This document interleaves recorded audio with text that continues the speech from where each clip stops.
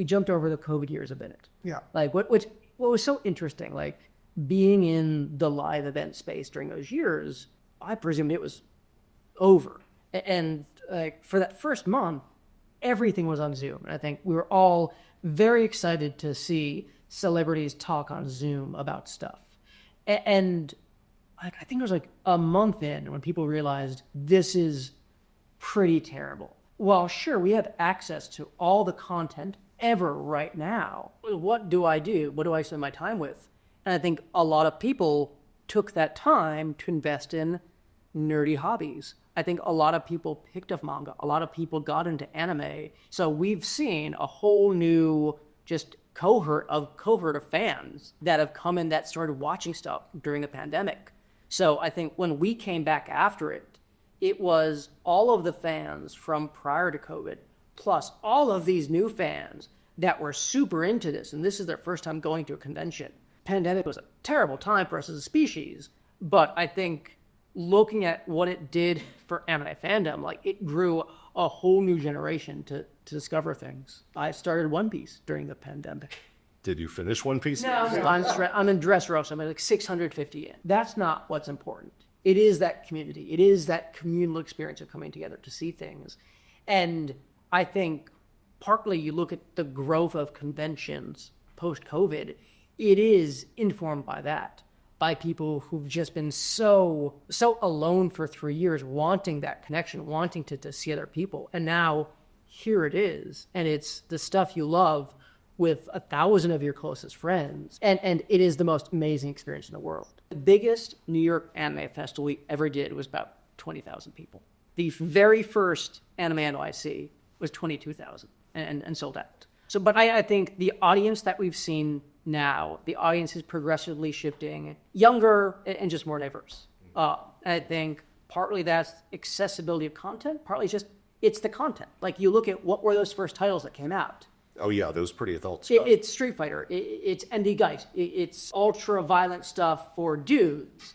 And as we're presenting more diverse content out there, those audiences are coming. And going back to like, why do people discover anime and manga? What speaks to them? It's they were seeing protagonists that relate to them. So as you're bringing out more titles for women, as you're bringing out like all these other things, you're seeing those audiences start to gravitate this toward because they're saying, I'm in this comic, but I'm not anywhere else.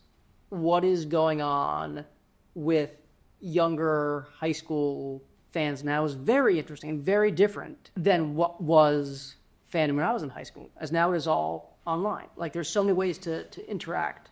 You don't fit in with wherever the prevalent culture is. That could be for any number of reasons, but you don't see yourself reflected in media. You don't see yourself reflected in your peers. You don't see yourself reflected in anything else going on in middle school or high school.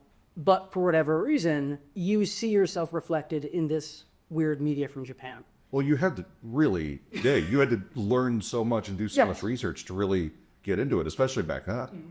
But, you know, now that so many people, like it's borderline mainstream. Oh, totally, yes. What does that say about America, at the state we're in? Well, it's and I agree. I think it is mainstream in everything but name. I'm 20 minutes away from the office, and every day I see at least 3 people on the subway in anime t-shirts. You go to Times Square, there's probably an anime billboard there right now. Yeah. Walmart in the middle of the country. It's there. Doing all Naruto. There's JoJo's at Target. Like, I think like what draws them there is, I mean, it's the stories. Like, it's the characters.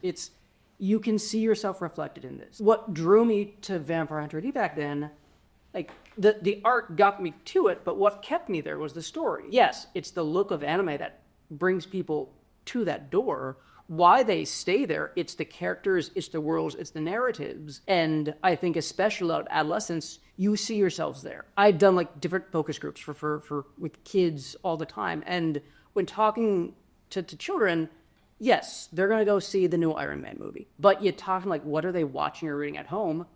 They're not picking up the latest Spider-Man comic. Like, what they're actively consuming, it's manga and anime, shonen or shoujo. And you look at who those protagonists are. They're school kids. You're seeing school kids dealing with all the same problems you are. Yes, there could be robots, there could be magic, there could be ghosts that you're fighting, but still, these are stories about kids your same age. And I don't think you often see that with contemporary mainstream US media. Like, you're seeing big burly guys, you're seeing millionaires fighting crime. You're not seeing a bunch of kids in middle school or high school figuring shit out. So yeah, I think the fan base since 2007 to today, one, is a lot more. Like, I think it's the prevalence of anime, the ability to encounter anime is so much easier now, and you're seeing that reflected in the fan base. So I would say yes, there are probably some very surprising, interesting things, especially with the youth areas of fandom. But I'm an old guy now.